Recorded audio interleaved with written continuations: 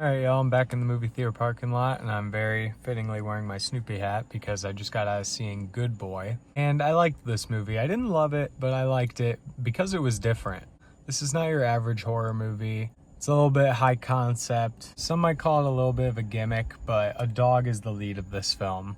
But I thought it was super cool. You know, we get a lot of horror movies every year, and I don't know if we've ever gotten one starring a dog. So yeah, I was here for it. And the film is only an hour and 16 minutes long, which I actually thought was kind of crazy. 76 minutes, that's about the same length as most Disney animated films from back in the day, just to give you some context there. But I think that was actually a good thing about this film. And I don't mean that as an insult. It's just when you have a dog as the lead and there's not much dialogue in your film and it's a horror film, there's only so much you can do, I think. So I actually appreciate that this film didn't overstay its welcome. You know, I think they knew the concept they had and the appropriate runtime for it. I think they still had plenty of time to execute their concept pretty well. But yeah, as I was saying, it's a horror film and it's kind of like a haunted house movie, so it's very reminiscent of something like The Conjuring. It's also an independent film, which kind of shows at times. There's some effect shots that weren't as strong. It was just anytime anything really stood out and you knew it was digital, it didn't look great. There was one shot in particular towards the end of the film that kind of reminded me of like an old Goosebumps episode from the 90s, but I actually really liked that shot because of that.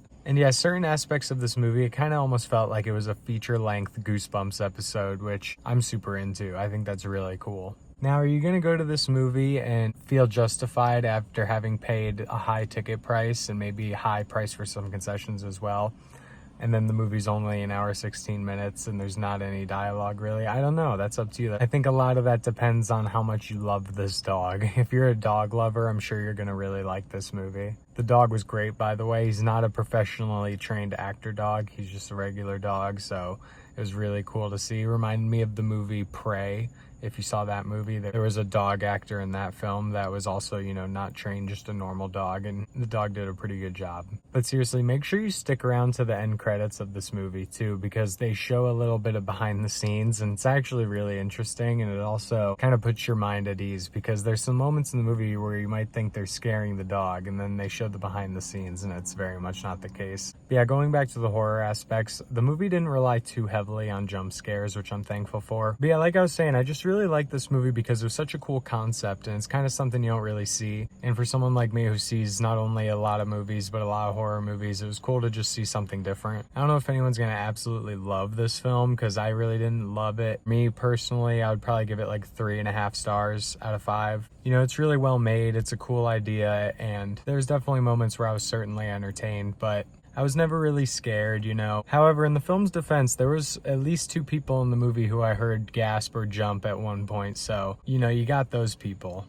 But I'm guessing there are people who really like dogs and don't watch as many horror movies, whereas for me, a horror movie veteran, I didn't really feel scared at any point.